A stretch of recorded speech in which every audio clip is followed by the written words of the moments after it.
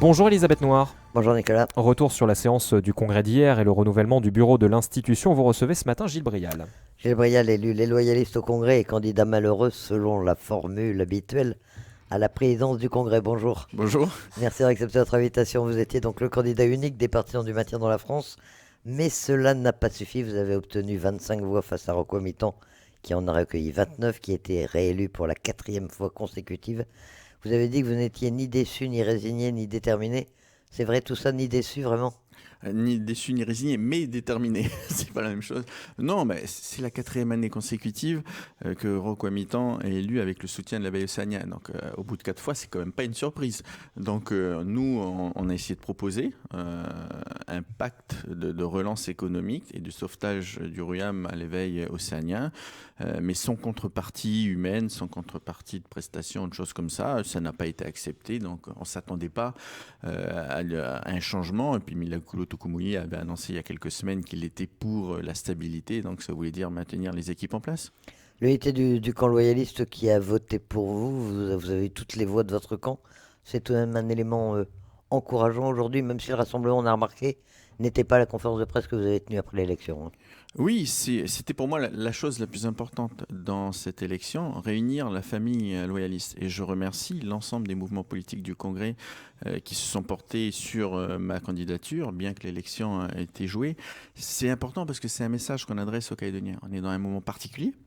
On va préparer la sortie de l'accord de Nouméa et on peut être concurrent à des élections, mais il faut qu'on soit rassemblés, unis aux phases importantes de la vie politique, à l'élection du Congrès, mais surtout pour se préparer pour les discussions. Donc pour moi, c'est quelque chose d'essentiel. Il ne peut pas y avoir, au moment où on est aujourd'hui, des chemins individuels. C'est unis que les loyalistes pourront tenir face à la mauvaise foi, souvent, des indépendantistes. Et donc, c'est essentiel. Et cette unité que vous avez réalisée donc, hier au Congrès, vous pensez pouvoir la poursuivre au-delà dans les mois qui viennent, justement, puisque vous dites que c'est un moment essentiel et que l'unité va être importante? Mais c'est indispensable, c'est-à-dire que c'est pas un choix qu'on a, c'est une obligation qu'on a vis-à-vis des Calédoniens. Encore une fois, on peut être d'avis différents sur certains textes, pas voter les mêmes textes, ça c'est pas un problème. Mais sur les choses essentielles, on doit être ensemble. On doit être capable de se coordonner. Et il y a le ministre délégué des Outre-mer qui arrive dans quelques jours. On doit se coordonner avant sur quel est le message qu'on lui fait passer, quelle est notre vision, quel est le tempo qu'on veut donner aux discussions de sortie de l'accord Nouméa. Il devrait y avoir un comité des signataires fin septembre. C'est important de se coordonner avant pour savoir quel message on va faire passer à l'État, quelle position on va tenir.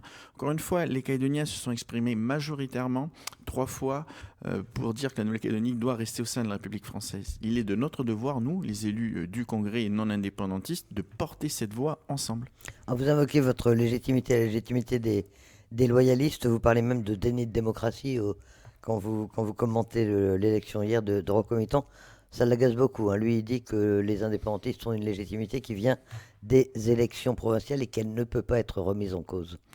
Oui, mais ce qu'on conteste, c'est de dire il y a eu des élections provinciales en 2019 qui déterminent le Congrès aujourd'hui et qui déterminent donc l'élection du gouvernement, du président du Congrès. À ces élections provinciales de 2019, quand vous prenez ceux qui sont élus aujourd'hui, les loyalistes et les indépendantistes qui sont présents au Congrès, les indépendantistes ont eu en tout 41 000 voix, et nous, on en a eu 48 000. Donc, on fait 16% de voix en plus. Et malgré ça, on a un siège de moins. Pourquoi ? Parce qu'on a une répartition électorale qui date de l'accord de Nouméa, qui est en faveur des indépendantistes. On a un corps électoral qui est en faveur des indépendantistes, et en plus, un élu du Sud doit avoir plus de voix qu'un élu du Nord et plus de voix qu'un élu des îles pour être élu. C'est ça la réalité, je dirais, électorale. Dans les urnes, on est plus nombreux, en nombre de sièges, on est moins nombreux. Et même quand vous additionnez les voix de l'éveil océanien, les 6 000 voix de l'éveil océanien, les loyalistes au Congrès ont plus de voix que les indépendantistes et l'éveil océanien réunis. C'est en ça que je dis qu'on n'a pas une représentation électorale de ce qui existe en Nouvelle-Calédonie. Les loyalistes sont majoritaires dans les urnes aux élections provinciales, aux élections législatives, aux 3 référendums, et c'est les indépendantistes qui gèrent et le gouvernement et le Congrès de la Nouvelle-Calédonie. Ce n'est pas une question de division des loyalistes. L'année dernière, c'était une question de division. L'année d'avant, c'était une question de division. Là, c'est pas ça. C'est la représentation du Congrès de la Nouvelle-Calédonie qui n'est électoralement pas juste. Comment est-ce qu'on contourne ça? Il faut réformer le statut, en fait. Ah mais quand il faut sortir de l'accord de Nouméa, déjà, vous savez, l'accord de Nouméa a apporté beaucoup à la Nouvelle-Calédonie et beaucoup de concessions également. Et dans l'accord de Nouméa, il y a la clé de répartition, il y a le système électoral qui est injuste. Donc ça, eh ben, ça fait partie des choses qu'il faudra revoir. Le pays qu'on doit créer demain, cette Nouvelle-Calédonie autonome au sein de la République française, elle doit être profondément démocratique. Elle doit permettre à ceux qui choisissent de faire de ce territoire leur territoire d'adoption, le territoire où ils vont développer leur vie, voir naître leurs enfants, de pouvoir devenir de vrais citoyens calédoniens. Mais un électeur du Nord doit avoir le même poids qu'un électeur du Sud et qu'un électeur des îles, ce qui n'est pas le cas aujourd'hui. Donc tout ça devrait être changé. Alors, en plus de ce problème de représentation électorale, il y a bien sûr le choix de l'éveil océanien avec ces 3 voix qui sont absolument déterminantes pour faire une majorité dans un sens ou dans l'autre d'ailleurs. Comment est-ce que vous pouvez faire face à ce que vous avez qualifié hier de manœuvre d'appareil? En fait, c'est imparable. Il y a un accord qui est signé avec un camp. Est-ce que vous aviez possibilité de signer la même chose et est-ce que vous avez un moyen de revenir sur ces accords de stabilité qui ont été pris par l'éveil océanien? Le moyen de revenir, non. Là, ils ont signé un accord pour 2 ans, c'est-à-dire que Rocco Hamilton va être encore élu président du Congrès l'année prochaine et que Louis Mapou va rester jusqu'à la fin de la mandature. Ça va tenir 2 ans cet accord, oui. Alors ça, après, c'est à eux de le faire fonctionner, c'est pas à moi de le dire. Ce qu'on voit, c'est que l'éveil océanien, depuis le début, prône l'équilibre entre les loyalistes et les indépendantistes. Vous savez, il y a eu 4 élections du président du Congrès. Les 4 fois, ils ont fait élire Roch Ouamitan. Et une fois, ils ont fait élire Thierry Sonta à la présidence du gouvernement et une fois Louis Mapou. Donc finalement, sur 6 élections, ils ont voté 5 fois avec les indépendantistes. C'est l'équilibre de l'éveil océanien. Moi, je considère qu'aujourd'hui, ils ont affiché leur position. Ils souhaitent une indépendance, pas tout de suite, mais dans 20 ans. Donc voilà, il faut en prendre acte. Encore une fois, on a un système électoral qui permet ça. C'est le seul endroit où en Nouvelle-Calédonie, vous gagnez une élection et c'est les autres qui dirigent. Ils ont choisi l'indépendance ou ils ont choisi, finalement, on a parlé de marchandage, de contrepartie. Est-ce qu'ils ne sont pas allés du côté de ceux qui pouvaient leur apporter le plus d'avantages et est-ce que finalement, c'est pas un peu habituel dans la vie politique? Non, ce qui est habituel, c'est de se mettre d'accord sur un programme. Et ça arrive tout le temps. C'est normal que quand vous essayez de faire une majorité, vous vous dites, voilà, moi j'ai porté ça pendant ma campagne électorale, toi tu as porté autre chose, mais est-ce que moi je peux te donner un peu et toi de donner un peu, de trouver un accord? Là, il y a surtout un accord sur une répartition des postes, des collaborateurs supplémentaires. C'est des collaborateurs supplémentaires, c'est pas ceux qui existent aujourd'hui, c'est plus. Et puis des frais de représentation. Les frais de représentation, ce sont ce qu'on appelle les frais de réception. Sauf qu'on a déjà des indemnités pour payer ces frais-là. Et donc là, ils demandent des indemnités supplémentaires. Et ça, vous savez, nous, on n'était pas prêts à partir dans une logique comme ça. On est prêt à travailler sur un programme d'amélioration de vie du quotidien des Calédoniens, de sauvetage de l'économie, de sauvetage de nos comptes sociaux. Mais on a du mal à dire aux Calédoniens, on doit faire des efforts en ce moment, on doit réduire notre train de vie, on doit financer un peu plus. Et puis en même temps, on va payer des frais de prestation, de réception en plus aux autres. Non, ça, on ne sait pas faire. Après sa réélection, Roch-Ouamitan s'est exprimé comme il le fait traditionnellement à chaque fois. Qu'est-ce que vous avez pensé globalement du discours qu'il a prononcé hier? Un discours beaucoup plus ouvert que les années précédentes. J'ai eu l'occasion de lui dire hier, plus ouvert que le discours de Daniel Goa le week-end dernier. Mais après, il y a un moment, il faut réussir à faire correspondre les discours aux actes. C'est-à-dire qu'il a ouvert hier, il a parlé des minorités du Congrès.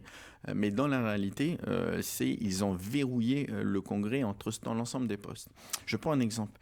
La Commission des finances a un président. Et dans la tradition, à l'Assemblée nationale, mais également à l'Assemblée de la province sud, on donne la présidence de cette commission à l'opposition. Pourquoi? Parce que ça vous permet, à l'opposition, de s'assurer que tout le monde est consulté, que le budget qui est voté, il est fait dans la concertation. On a demandé la présidence de cette commission hier et on a eu une fin de non-recevoir des indépendantistes. Donc il va falloir, s'il est sincère dans son discours, que dans les actes, il soit plus ouvert. Quand on a eu le budget supplémentaire la semaine dernière, on n'a pas pu passer un seul amendement, mais c'est la première fois depuis que je suis élu que je vois qu'un budget est passé sans aucune possibilité de concertation au gouvernement et au Congrès de la Nouvelle-Calédonie, où on est là pour apporter des amendements. C'est normal que les élus demandent des modifications du budget, et on a toujours eu ça. Et là, on n'a pas pu en passer un.